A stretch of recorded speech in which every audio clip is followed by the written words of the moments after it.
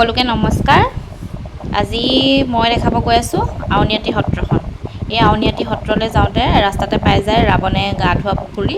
এই পুখুৰীটোত বোলে ৰাৱণে গা ধুইছিলে হেনো, সেইকাৰণে ইয়াত ৰাৱণে গা ধোৱা পুখুৰী বুলি কয়।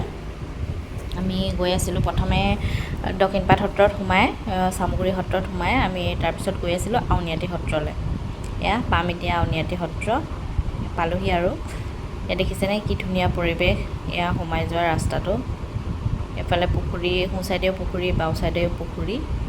পুখুৰীৰ পাৰতে আছে আউনীআটী সত্ৰখন। চাব দেই, এয়া বহুত পুৰণা সত্ৰ এইখন। এই আউনীআটী সত্ৰ প্ৰতিষ্ঠা কৰিছিলে আহোম স্বৰ্গদেউ জয়ধ্বজ সিংহই। এই সত্ৰখন প্ৰতিষ্ঠা কৰিছিলে। তেওঁ এই কুৰুৱাবাহী সত্ৰৰ ভাগৱত পাঠক নিৰঞ্জন দেৱক মাজুলীলৈ মাতি আনিছিলে আৰু এই মাজুলীৰ আউনীআটী নামৰ ঠাইত এই সত্ৰখন স্থাপন কৰিছিলে। 1653 খ্ৰীষ্টাব্দতে প্ৰতিষ্ঠা কৰিছিলে। ইয়াৰ নামৰ অৰ্থ মানে আউনীআটী মানে হৈছে, আউনী মানে পাণক বুজাইছে আৰু আটী মানে হৈছে কি আছিলে, ওখ ঠাই। আৰু আউনী আটী পাণ থকা ওখ ঠাই মানে। আউনী পাণ থকা ওখ ঠাইত এই সত্ৰখন প্ৰতিষ্ঠা কৰা হৈছিলে, সেইটো কাৰণে ইয়াৰ নামটো ৰাখিলে আউনী আটী। বৰ্তমান এই সত্ৰৰ সত্ৰাধিকাৰ হৈছে শ্ৰী শ্ৰী পীতাম্বৰ দেৱ গোস্বামী। এই আউনীআটী সত্ৰৰ এটা মানে মুখ্য বৈশিষ্ট্য হৈছে কি জানেনে? ইয়াত চৈধ্যৰ প্ৰসংগ কৰা হয়। প্ৰত্যেক দিনাই চৈধ্যৰ প্ৰসংগ কৰে। আৰু যিদিনা কাতি বিহু হয়, কাতি বিহুৰ দিনা 21 যোৰা আকাশবন্তি জ্বলোৱা হয় এই সত্ৰখনত। আৰু প্ৰতি বছৰ কাতি মাহৰ 25 তাৰিখৰ পৰা 5 দিন ধৰি পালনাম পাতে। পালনাম ইয়াৰ অন্যতম এটা মানে অংশ। এই সত্ৰত এটা লাইব্ৰেৰীও আছে আৰু এটা মানে কি কয়, সংগ্ৰহালয়ো আছে।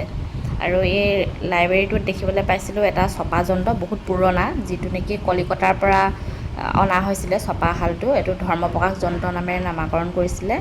আৰু ইয়াৰ পৰা, এই যন্ত্ৰটোৰ পৰাই আছাম বিলাসিনী, আমাৰ যোনখন দ্বিতীয় সংবাদপত্ৰ, সেইখন ইয়াৰ পৰাই ছপা কৰি উলিয়াইছিলে। আৰু এখন দেখিছেনে, এখন সাঁচি পাতৰ পুথি। এয়া এই সত্ৰ দুই পৰম্পৰাৰে চলে। এক হ'ল উদাসীন পৰম্পৰা আৰু এটা হ'ল গৃহস্থী পৰম্পৰা। এয়া উদাসীন পৰম্পৰাৰ বিলাক চাবলৈ আহিছোঁ, কেনেকৈ থাকে তেওঁলোক। যিসকলে উদাসীন পৰম্পৰাৰ হয় তেওঁলোক ইয়াতে থাকে। আমি আহি আছোঁ, তেওঁলোকৰ লগত কথা পাতিম। এয়া অসম ৰাজ সাহায্যপ্ৰাপ্ত ৰাজ, যেতিয়া মানে আহোমসকলৰ ৰাজতন্ত্ৰ আছিল, প্ৰথম ৰজাৰ ছত্ৰছায়াত এই সত্ৰভাগ প্ৰতিষ্ঠা হ'ল। আউনী নামৰ পাণৰ ঢাপিটো কাটি পেলাই তাত সত্ৰভাগ প্ৰতিষ্ঠা হ'ল। মানে আন এটা নাম হ'ল, সেই আউনী পাণৰ যিটো মানে ডালি কাটি দিছিলে, সেই পাণৰ নামে আউনী পাণটো চিনি পাই নাই বাৰু? সেই আউনী পাণৰ ভেটিতে সত্ৰ প্ৰতিষ্ঠা কৰা নাম কাৰণে হ'ল আউনীআটী সত্ৰ। জয়ধ্বজ সিংহৰ নেতৃত্বত এই বাকী যিমানবিলাক ৰজা হৈছিল পৰৱৰ্তী পৰ্যায়ত, সকলোৱে ইয়াতে প্ৰধানতঃ পিছত্ৰ গ্ৰহণ আৰু দামোদৰদেৱ মহাপুৰুষক পৰা প্ৰমুখ্য কৰি ইয়াৰ প্ৰথম প্ৰতিষ্ঠাপক হৈছে নিৰঞ্জন দেৱ। একাদিক্ৰমে আহি পেলাই এতিয়া পীতাম্বৰ দেৱ গোস্বামী ইয়াত 16 নম্বৰজন সত্ৰাধিকাৰ হিচাপে উপবিষ্ট হয়। আৰু আমাৰ পৰম্পৰাটো হ'ল, সত্ৰসমূহত দুটা পৰম্পৰা আছিল, এক গৃহস্থী, দ্বিতীয়তে হ'ল উদাসীন। উদাস পৰম্পৰা ভকতসকলে আজীৱন ব্ৰহ্মচাৰ্য গ্ৰহণ কৰি পেলাই এই সত্ৰতে থাকি গোবিন্দ মহাপ্ৰভু উপাসনা আদি কৰ্মখিনি কৰে। আৰু যিসকল গৃহস্থী, সেইসকলে ইয়াৰ পৰা উদাস পৰম্পৰাৰ পৰা দুটা ধাৰা আছে।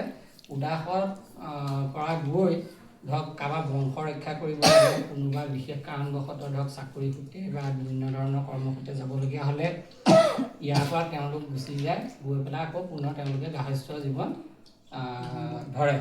আৰু যিসকল লোক ইয়াতে থাকে, ইয়াত থাকিলে উদাস পৰম্পৰা হিচাপে থাকিব। উদাস মানে বিবাহিতা হ'ব নহয়, আৰু বিবাহ নকৰাকৈ ইয়াৰ যিখিনি পূজা সেৱা, বিভিন্ন ধৰণৰ যিখিনি প্ৰসংগ পাতি আছে, যাৰ যি কৰ্ম, সেই কৰ্মত নিয়োজিত হৈ থাকিব।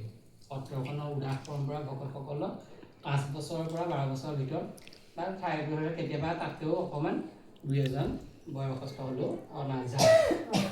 আৰু ইয়াত থাকিলে বিবাহৰ কথাটো নাই। যিসকল বিবাহিতা হ'ব তেওঁলোকে ইয়াৰ পৰা সম্পূৰ্ণৰূপে সত্ৰীয়া নিয়ম নীতিৰে আকৌ বিদায় লৈ পেলাই তেওঁলোক এই গৃহাশ্ৰমলৈ যাবগৈ পাৰিব। আৰু এই সত্ৰত নিত্য নৈমিত্তিক 14 প্ৰসংগ হয়। আপোনালোক অহাৰ আগে 7 নম্বৰ মানে একেৰাহে 14টা প্ৰসংগ, মানে 2টা খণ্ডত হয়। প্ৰাতঃবেলা আৰু সন্ধ্যাবেলা। এই প্ৰাতঃবেলাতে 7টা প্ৰসংগ একাদিক্ৰমে যায়। প্ৰথম প্ৰসংগ হয় আপোনাৰ আৰম্ভ হয় বৈৰাগী নামেৰে, তাৰপিছত কীৰ্তন দিব, তাৰপিছত হ'ব বুঢ়ানাম, তাৰপিছত প্ৰসংগ, ভাগৱত, সংস্কৃত ভাগৱত পাঠ, পদ ভাগৱত পাঠ, এনেকৈ কৰি পেলাই গায়ন বায়ন গৈ ওজাত সমাপ্ত হ'ব। পৰৱৰ্তী পৰ্যায়ত আকৌ যেতিয়া সন্ধ্যা হ'ব, সেই 7টা প্ৰসংগ একাদিক্ৰমে বিয়লা তালৰ পৰা আৰম্ভ কৰি ওজাত জ্যোতি পৰিব। এইখিনি পৰম্পৰাই এই 14টা প্ৰসংগ একাদিক্ৰমে চলে সত্ৰসমূহ। কিছু কিছু সত্ৰত আপোনাৰ 4 প্ৰসংগ থাকে, কিছু এয়া চপা যন্ত্ৰটো চাওকচোন, আগতে কেনেকুৱা আছিলে, কেনেকুৱা ডিজাইনৰ যন্ত্ৰ।